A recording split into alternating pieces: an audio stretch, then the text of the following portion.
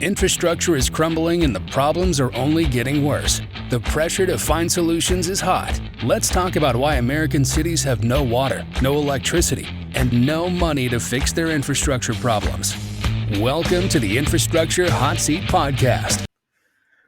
Hi, everyone. Welcome to the Infrastructure Hot Seat Podcast. My name is Chad Smeltzer. I'm your host. Today, we have Bill Davis, who is the Director of Richland County Utilities in South Carolina. Thanks for joining me, Bill. Hey, glad to be here. Thanks for all you're doing. Yeah, no, thank you for joining me because it's important to hear what you got going on out there in South Carolina and your involvement with the Water Environmental Federation and all those things we're going to talk about. So my first question is typically like your history. Why are you in public works and why are you in the infrastructure business? Well, I tell you, we didn't talk about this the other day when we were talking, but it's kind of a funny story. I'm an artist a little bit, and I started out doing some mechanical engineering, and I ended up doing graphic communications. And back in the day, I'm old, so back in the day, you didn't have all this typesetting and word processors. So you actually had to cut it out with a X-Acto knife and stick it on there with glue, and then you made it look like you wanted it to look, and then you ran it on a printing press. And you Right? made plates and ran it on a printing press. So I was doing that, and I wanted to go to college. And when I went to college, they had two campuses in my local technical college, and one of the campuses was out kind of far from my house, and the other one was like near my house. Yeah. And so I went to register, and I said, well, I want to go to graphic communications, and they're like, well, we don't really offer graphic communications here. We offer graphic technology. And I Mm-hmm. was like, engineering graphics technology? And she said, yeah, similar. And I said, okay, well, I'll just sign up for that. So I got a 2-year associates in engineering technology. And Uh-huh. then I ended up going back to school because I was doing mechanical drafting and things like that. And I went back to school and became a civil engineer because I met a friend at the technical college who was actually working at a local large civil engineering firm. And he Uh-huh. said, hey, why don't you come over here? You're a good artist. We need people to draw and design. Come over here. And I said, well, I kind of do plumbing and HVAC. And he's like, we do that stuff too, but we just do like bigger pipes. It's fine. So I came over. They paid for me to go to school. I ended up getting my civil engineering degree at the University of South Carolina, and became a professional engineer. And I've later in life, I became an operator. So my story it really involves going into the water and wastewater treatment processes. Nice. And I thought I was getting in a niche, where I was going to be bottled up and not be able to get, move forward and do a regular job. Right. But it turned out, if you remember, Bush, not W, but the other Bush, George Herbert Walker Bush, Yeah. he had the little thing called the economy stupid. Remember that? I do kind of remember that. Kind of. I think so. You probably were really young, but I remember it really well. And so we were really struggling to keep jobs at that time, and people were getting laid off. And so I Yeah. was really worried that I was going to get laid off. And I ended up finding out that having that knowledge in water and wastewater was something that I would never be laid off because it's always needed. Yeah. Yeah. Like police, fire, it's all, Yeah, someone's got to do it. If we everybody's don't, going to the bathroom. exactly. And you imagine if the toilet's backed up or no water, with the constituents, it'd be an uproar. There'd be, who knows, maybe civil Crazy. war. I mean, it's crazy, right? That's how you could really think about it. If we don't have those common, services that are available to us today, like taking a hot shower and all those things that we take for granted. I mean, out of sight, out of mind, as usual in infrastructure. I'm sure we're going to talk about that some more. So you just kind of, sounds like, fell into an engineering, Yeah. kind of role and just from college and Well, and I don't believe in freak accidents. I believe God had a plan, and and I uh-huh. think he kind of directed me in that way, and I ended up finding the love of my life. That the passion that I have for water has I've been doing it for 34 years, Yeah. and uh, it's been a lifelong dream of mine to be where I am today, and I love what I do. Yeah. I think we need more people like you, Bill, that are passionate about it because water, as you see today, we're running at the end of our life cycle on a lot of Mm. infrastructure and it's failing quickly, failing faster than probably most of us predicted. And now we're in this huge infrastructure gap and all these things we have to address. And so having, you involved in like these other organizations is very beneficial to us. So, where do you think? It's kind of a loaded question, Bill. That's okay. Where do you think we failed in civil engineering in the past 20, 30 years? Like we definitely had this gap kind of building, but it started somewhere. Where do you think we may have dropped the ball a little bit? Well, I think, first and foremost, I think I've been studying here recently the demographics of our civil engineering group, and I'm talking about broadly, Hmm. but more focused on water and wastewater sector. You see a large demographic of people like me, the old white silver haired guys, Yeah. and so you're probably seeing about 85% male and 75% white. Mm. So we've lost out on a lot of gender. There's a big gender gap where we could have more women involved. There's a big people of color gap. We don't Hmm. have that many, even Asian and African American. We don't have a lot of those involved in the water industry, and Hmm. that's something that we've got to change. And that's, if I would say, somewhere where we failed is we've failed to bring in the people that we serve. So in other words, the people that work for Yeah. us need to look like the people we serve. Yeah. And we failed in that area. I believe that we have. Yeah. And I think communities have done that historically, right? Kind of in the police and fire too. It's the same thing. Hmm.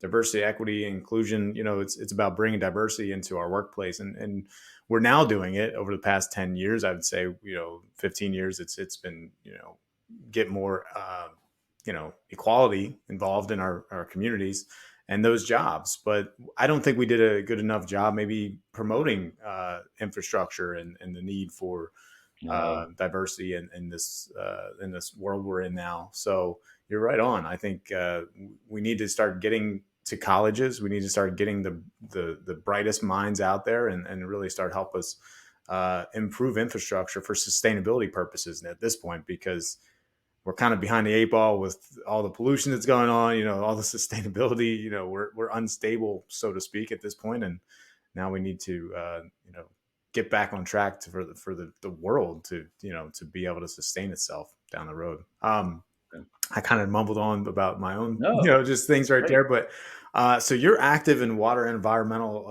Association or Federation. And Yeah. what have you been doing to, change things there? Well, I think first and foremost, getting to the demographics that we're trying to represent. Hmm. And so we're looking at workforce development, and diversity, equity, and inclusion just dovetails perfectly into workforce development because we're not trying to exclude the old white guys like me. We're trying to Right. broaden the base and bring in people of color, bring in more women. In South Carolina, we've done a wonderful job of that. We have a member association called the Water Environment Association of South Carolina, which is a member of the Water Environment Federation, which I'm currently a House of Delegates representative there, and I'm leading a work group on a strategic plan rollout. And that strategic plan rollout incorporates many of these aspects that we've been talking about of workforce development, innovation in water, artificial intelligence, diversity, equity, and inclusion. Hmm. All those are included in our master plan.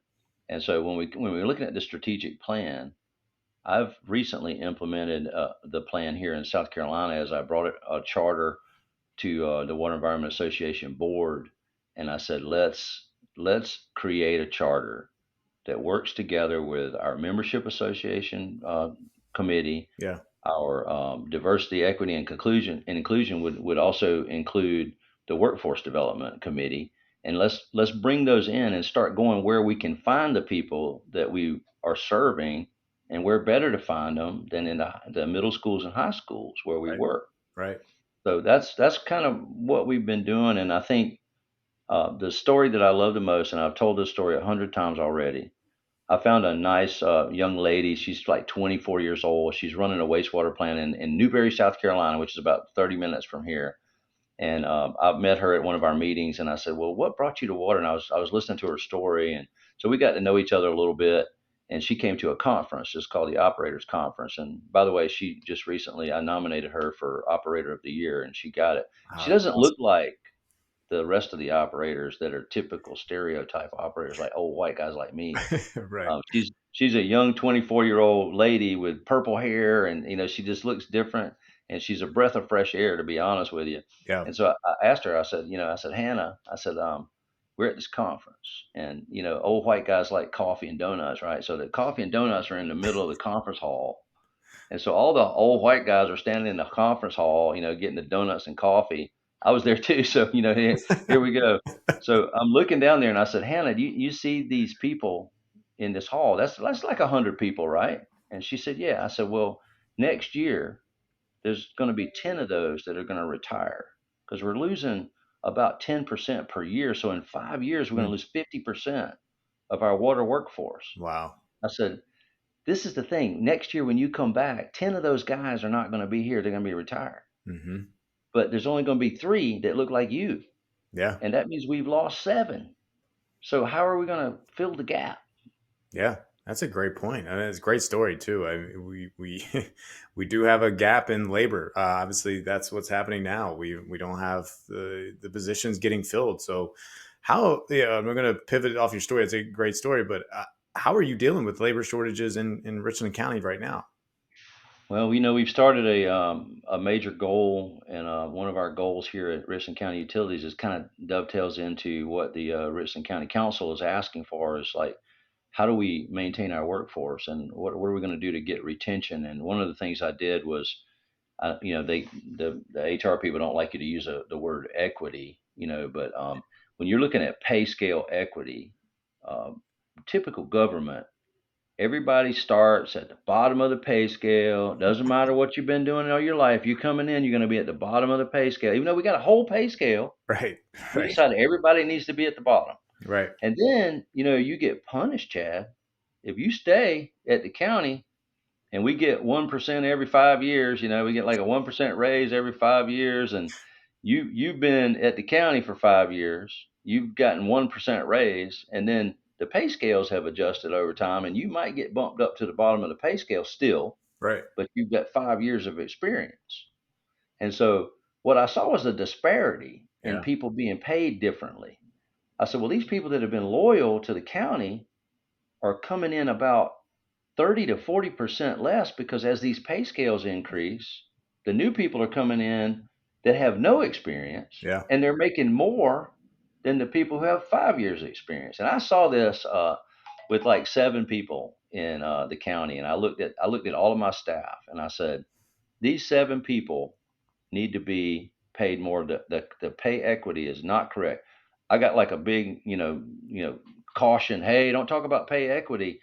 No, we need to talk about it You because do. these are the things we've got to rectify in order for us to retain staff. So what we did was we adjusted those staff based on their experience using the tools that HR gave me, and we did it in a very equitable way so that the people that have been here are getting rewarded for being here. And now I can still hire people in because I was also being told you can't pay those people that much because these people aren't making that much. I'm like, well, we need to get those people making that much so that we can hire these people for that much. And so Wow. it really was a long battle for me. It took about 6 months for me to fight this battle. Yeah. And I was so grateful that HR ended up supporting me. My administration That's good. supported me. County council supported me, and we were able to get our staff paid. And now I'm stealing people from all the local municipalities, and they're coming to work for us, and it's a great place to work. I bet you everyone's loving you right now. Well, I don't know about South that. Carolina. You always got enemies, but let's just put it this way: those seven really like me a lot more. Yeah, yeah, no doubt. I mean, look, it's I had another podcast a couple weeks ago we just launched with Steven Hernandez out in California. He's paying $26 an hour for entry level get Wow. into public works, but they want CDLs, they want them to, Oh yeah. start doing operator licenses and all this responsibility. I mean, that's all responsibility you're putting on someone to get licenses and to drive a 50,000 pound truck or whatever, that has air brakes and all that stuff. That's responsibility. And to pay somebody $26 an hour when it's food, fast food joints are paying 15, $20 an hour now. You're right. The disparity, it's totally Well, lopsided. So just to piggyback off of what you're saying, what I did when I was looking at these pay scales and how much of the bracket am I gonna give people, yeah. it was based on tenure, Yep. it was based on licensure, and CDL was a major factor. So when you look at CDL shortages, I had a guy that I hired from a local bottling company, Hmm. and I was paying him, a certain amount of money, and he liked what he was doing. He called me one day and he said, "Bill, I'm going to be resigning." And this is right when we first started getting all this pay disparity here, where workforce shortages were not as bad as they are right this minute. Right. And so I said, "Well, why are you disgruntled? Why are you leaving?" He said, "No, I just got a call from the South Carolina Ports Authority to drive a truck, because he has CDL." Yeah. And he's like, "They're going to pay me like twice what you're paying me, and I only have to work 4 days a week." And I was like, "You got to be Wow. kidding me. They're paying you double what I'm paying." So I started looking into it. And so what we're trying to do is treat the CDL, a class B is all we need, but Yeah. we're trying to treat that class B CDL as if it was an A license, Okay. because the shortage, if you can't drive your big trucks, you're going to pay somebody else to drive your big trucks, Right. and you're going to pay big bucks. So we want to maintain that level. So the order of moving that pay scale to an appropriate place. We Right. got in the government, we got a bunch of pay scales, Always. and Yeah. then you got all these positions, and somebody decides where to put those positions within those payback brackets. Right. Right. Well, you got to go to them, and you got to make a lot of noise, and I'm a loud guy, so I make a lot of noise, and I'm like, these CDL guys need to go up on the pay scale, Yeah. and we did that. We've made that happen. So Yeah. it's been beneficial. There's got to be incentive for your employees to Oh, to absolutely. move up in your, especially the go-getters, the ones that want to learn, the ones that want to absorb it all and then do what they have to do to get to your position, right? I think we Oh, fail absolutely. as leaders to educate the young people that are underneath us and guiding them, because historically, Bill, I don't know what you think, but it was always a threat to the leader that someone was going Oh, to be yeah. better than them and take their position, and they were freaked out. In construction, it was a huge issue, I think, and Oh, definitely. works too, because it's our intuition.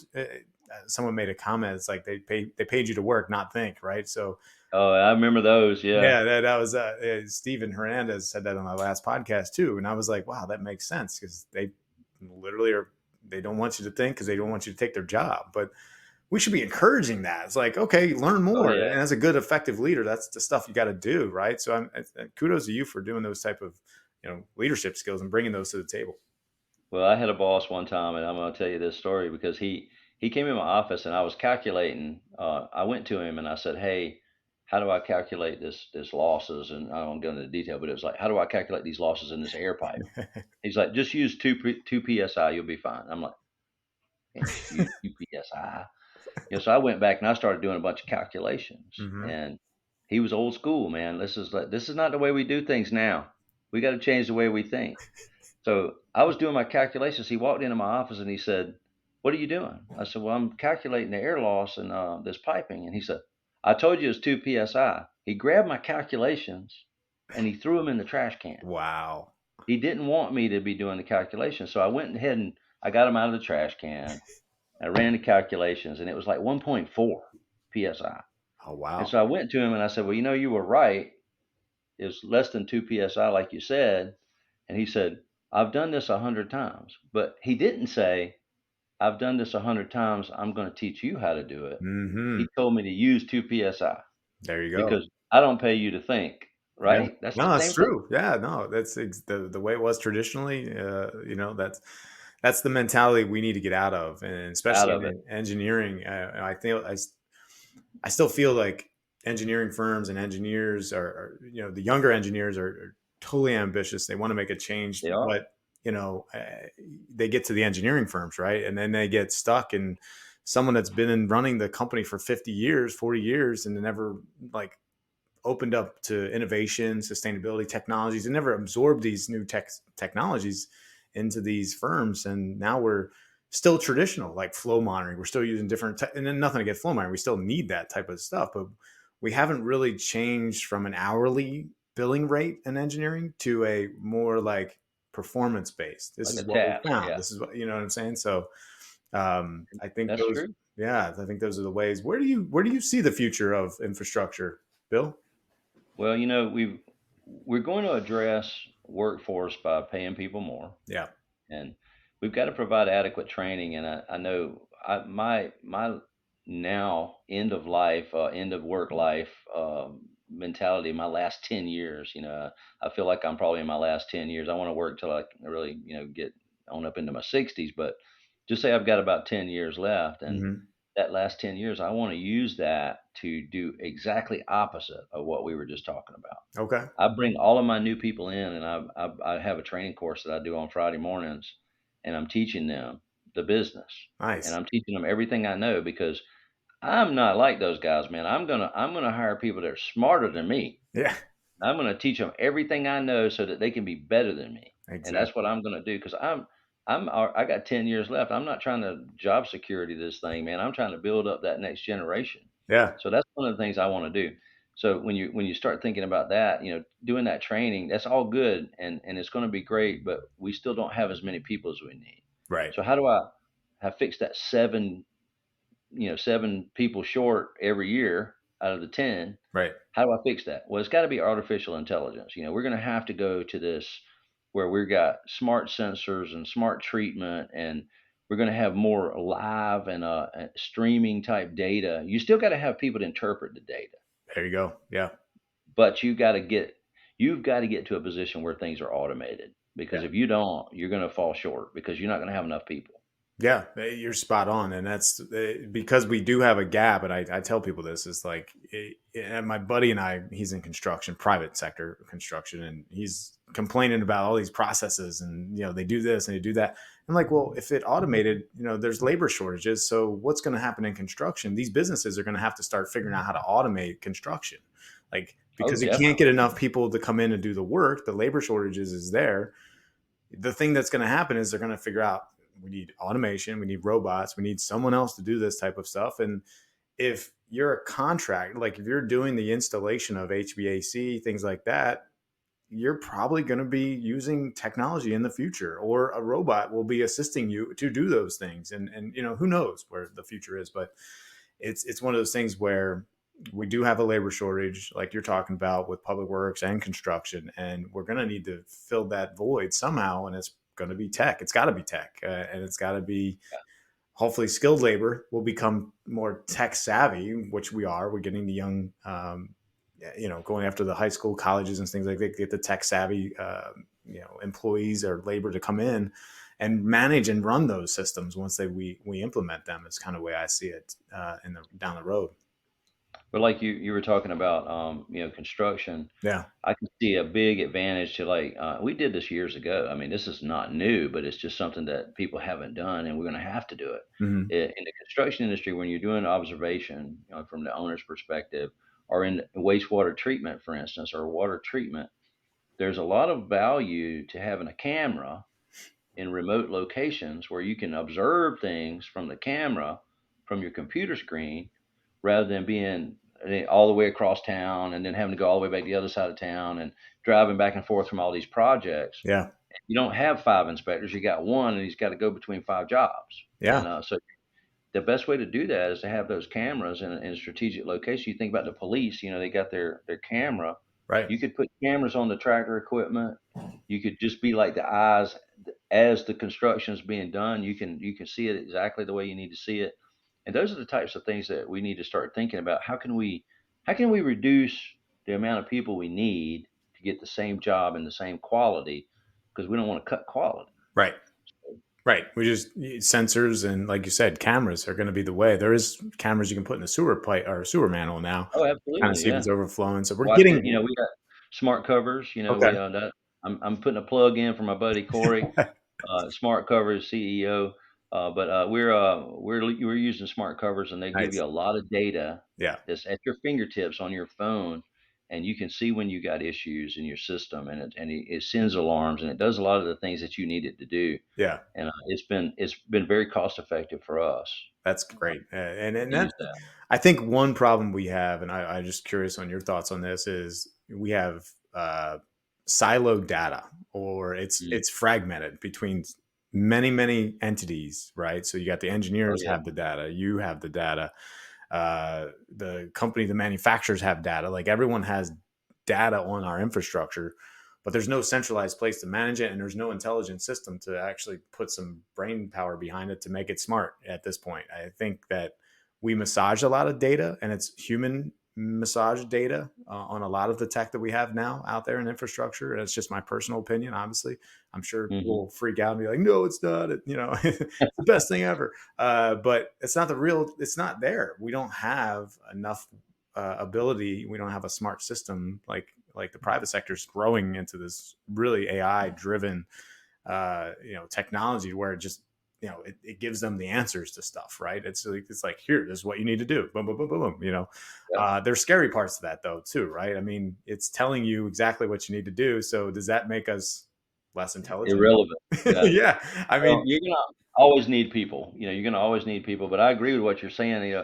Having a cloud-based functionality where I'm not worried about, you know, somebody's computer blowing up because they're the only place where that data is stored on their computer. We've got stuff in the cloud. yeah, And we were talking about what my county council is trying to do is they're going to a dashboard type mentality. We're just starting out. We're getting this strategic plan for the county, and we're putting things on this dashboard that reflect all 11 disciplines, directors that we have in the county, uh-huh, transportation, everything else, and they'll have this dashboard where they can go and look and see what's happening. But even though you got this dashboard and you got this cloud functionality, yeah. somebody's got to feed the data. Somebody's got to collect the data. Somebody's got to have the. This is where we could benefit from other AI type stuff. But I feel like that stuff's expensive. Equipment's expensive, but Yeah, you got to start somewhere.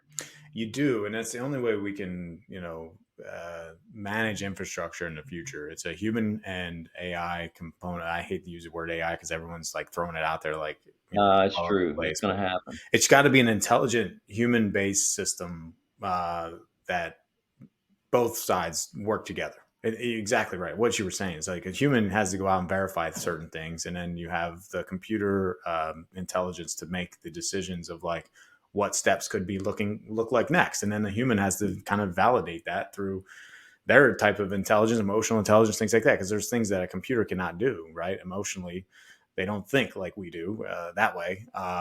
But there's definitely going to be a need for more humans to kind of verify things and make sure that we're not going to mess things up. Well, we got to put things in, like put these parameters in that define what the AI wants to do. Like I've always told people, like when you're doing a pump station, if your pump station is running more than, basically if you got 24 hours in a day and you're running more than, if you divide 24 by 2.5, we had a peaking factor of 2.5, Yeah, and you divide it, you get like 9.6 or whatever that magic number is. And if your pump station is running more than 9.6 hours, then you've got too much flow, or either your pumps are broken and they're right. not running right. So send an alarm. That pump ran too many hours yesterday. Yeah, Go look at it.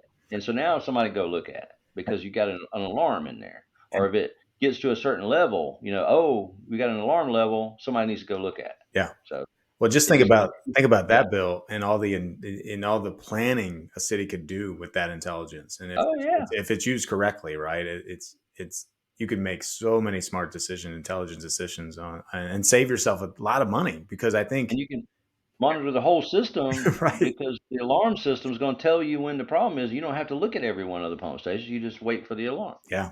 No, you're spot on. We're heading in that direction. We just traditionally we've just been stuck there, and that's one of the things I've in the last several months as I do these live events and things like that. It's let's talk about why technology is not being adopted into our infrastructure and where is the gap and where is the barrier to entry, and that's one of the things that everyone kind of struggles with. Well, affordability, Chad, is going to be an issue. I mean, we've got to address affordability, Yeah. and that goes global, especially for me. Like I don't get a tax base money. If you got a big tax base, you can add a little tax, and then you get a lot more money. Hmm. We had 15% max on a sewer bill, and people are freaking out, because we've added a little bit. So something that is near and dear to my heart is looking at how can we make it affordable and what changed. Yeah. Why are we so unaffordable? Well, we're unaffordable because the federal government used to take a big chunk of that cost away, because when the Clean Water Act, it's hard to believe it's been 50 years, but Yeah. the Clean Water Act came and we started having EPA funding projects and the government funding projects. I mean, you're looking at levels of somewhere between 60 and 65% cost share from the federal government. Wow. And a lot of people don't know this, but No. if you read the report, they're still funding roads at like 40%, Mm. and they're funding airports at like 17%. Guess what the cost share of water and sewer infrastructure is? I'm on. 5%. Oh, I was gonna say zero. Five. I That's mean, that at is best, you're getting 5%. terrible. And what do people need We to need live? water and sewer and roads. I mean, we need roads too. I'm not trying to take away from roads. I'm just Yeah. trying to say, why are you giving roads 40% and you're giving water and sewer 5? Yeah, I mean, infrastructure, roads need it's the economy, right? You got to keep that bad boy going, right? I get that, but you also need clean water to keep your people alive. I mean, I mean, let's be at real least here. give us what you give the airport. Yeah, something. Geez, better than nothing. But I think there's so many different factors that you and I kind of mentioned earlier was disparity.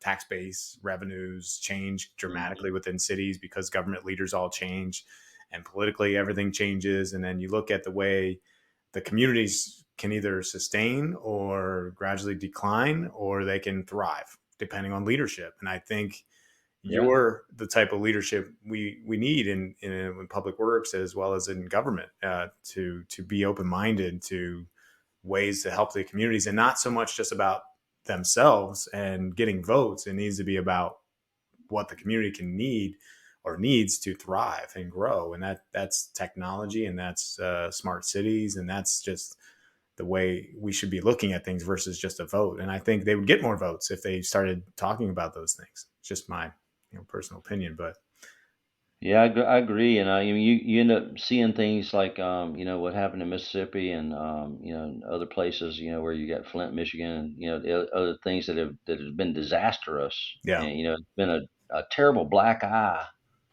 to the water industry, and it's not systemic yeah, as it seems to be, but the problems of affordability are systemic. I mean, I think for people that are of lower income, they're having a hard time paying these bills, and we've got to find ways to cut costs. Like I think this automation is going to help, yep, and I think having paid, you could pay, and again, I'm trying not to be derogatory, but you could have 5 people that are just dumb as a brick mm-hmm, and don't know how to do anything. mm-hmm, You could replace those 5 people with 2 people that you pay better, and you still came to the same budget.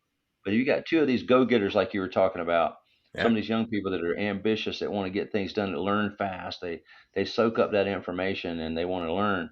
So you could have 2 of them, and then you're going to get more done with those two that are go-getters than you would with the 5 duds. yeah, And so that's where we've got to do the training. We've got to get people to be interested in infrastructure, yeah.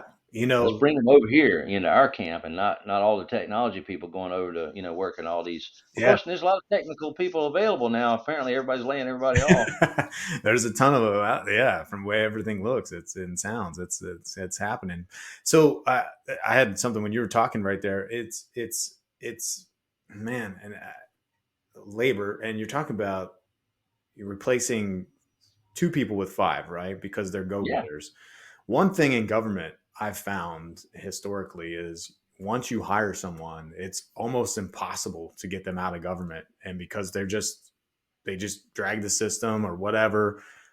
Can you speak a little bit about that? Do you have any stories or any examples of that? I I'm sure you actually do. I have some, but actually yeah, do. just curious. I won't go into a lot of the personal details, but Right. we hired somebody. I wasn't a bit. I came on board, and we hired somebody that was kind of a different, little different character, Yeah. and so I ended up firing him, and then from that point on, my boss said, "Bill, you've got to be in every interview from here forward," and I'm like, "I don't really have time to go to every, you need to be in every interview because I Right. want you to check these people out." So what we've done, we don't have a rigorous interview process, Hmm. but I have my people come. If it's your division within my utility department, Yeah. you're going to be there, and you're going to tell me which one of these people you like the best. We're going to ask some tough questions. We're going to find out, do these people fit the culture? Because if they don't fit the culture, we're not hiring them. Oh, Whether you like them or not, we're not going to hire them. But I'm going to take your recommendation first. And we've asked the question, why? Why do you like this person? yeah. What do you see in this person that, so we're doing a lot of, I guess they're very informal interviews, but they're consistent. Hmm. So we're asking consistent questions. And I've got my deputy director, my manager of office, office manager, and my whichever department head. Right. And the four of us interview, and we have a set segment of questions that we ask. And those questions sometimes are like, what do you want to be? Why are you in water? Why, Right. why are you interested in water? What led you to us? Where do you want to be 5 years from now? Yeah. Do you see yourself getting licensed? What do you want to do? And so we actually let them talk and find out if they fit. And I just hired a guy that was actually making cakes at Publix, and he was That's doing awesome. the decorating on the cakes. Yeah. And we interviewed him because he had landscaping experience. And we interviewed him, and I started pulling information out of him. I was like, well, he likes plumbing, so he was doing landscaping and plumbing and things. And we're looking for a maintenance guy, and he's young, and I was like, this he's got all the skills. Yeah. He just hadn't had a chance yet. Right. And then I did ask him, which cake have you ever painted that was your favorite? And he said he painted one for a little kid that had all these sharks on it. That was his favorite one. So, but that's where we're reaching outside of the normal circle of people. Now we're bringing him in, and he's learning, and we're going Love to it. train him. We're going to teach him how to do the business. Yeah. And so you got to think outside the box. You do. You do. And if you look at the way private sector, the books I've read and stuff about running businesses, when you hire an employee, it could be super detrimental to your business. It could cost you hundreds of thousands of dollars if you hire Yep, the wrong person. And same thing, the government, it sounds like absolutely. you guys are looking at it the same way. And I think all governments should start looking at it that way. Like if you hire the wrong people, it costs you more money than sometimes it's worse, so to speak. But yeah, it's going to end up causing more debt and, just not debt, but just more taxpayer money going to something else that just is irrelevant for us. You know what I mean? And just not in a bad way, just it's just not helping us, right? Like we're trying to do. Well, we've got to spend that time up front. And, like when I first said to my boss, I don't have time to go interview all these people. You got to make time I love to it. go interview those people. It's Because pretty. if you don't make time now, you're going to spend a whole bunch of time writing them up Oh, 400 times to try to get them fired. yep. And, it ends up being difficult, and you end up getting lawsuits, and you end up, with people that are sitting around not doing anything. And we can't sustain that. I don't have the budget for that. I can't sit people Exactly. around just sitting around twiddling their thumbs all day. Right. We got to have these guys got to be working. Yeah. So but anyway, that's just one thing that I think.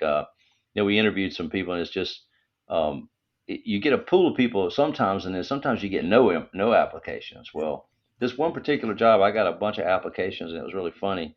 I had a lot of people. It was like 8 people that week we were interviewing, and so one guy comes in, and he was a football player. He had a full ride scholarship, but during the pandemic, he dropped out of school, and he, again, he had a full ride. So he's a smart kid. He's playing football. He showed me pictures of where he Wow. was playing football for the Citadel, and he kind of dropped out, and I kind of said, well, he didn't really have a lot of effort. And I said, well, what are you doing now?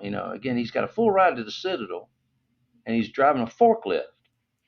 And I was like, oh, okay.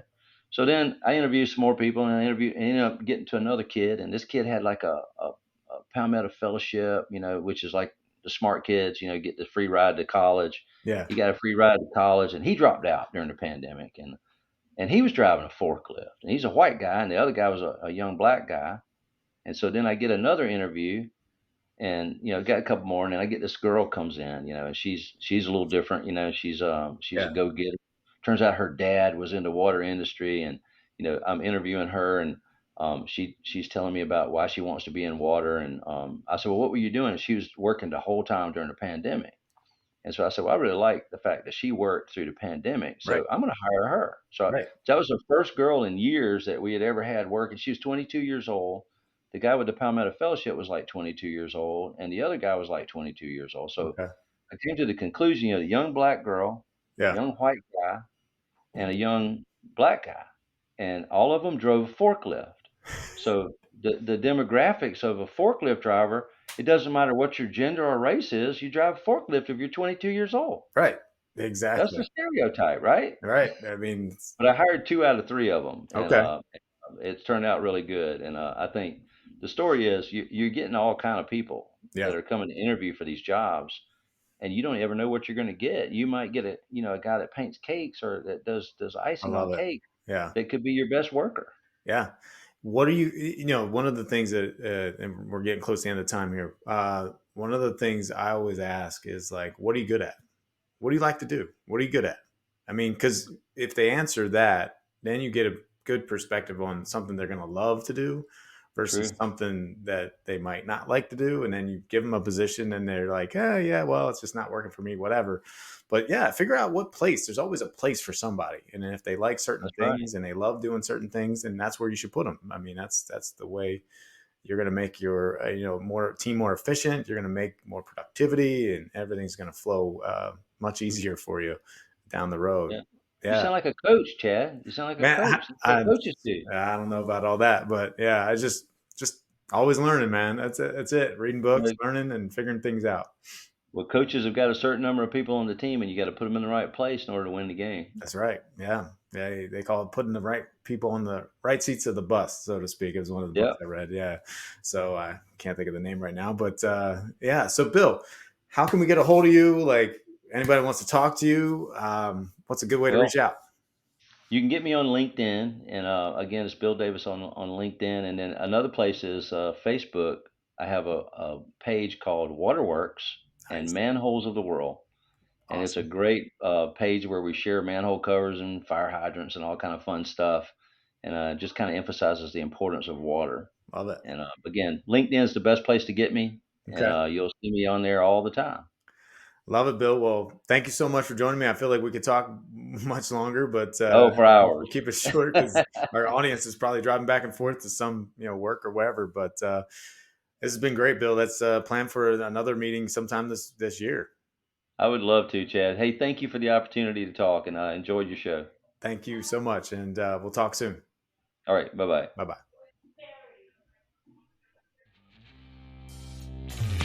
Thank you for listening to the Infrastructure Hot Seat Podcast.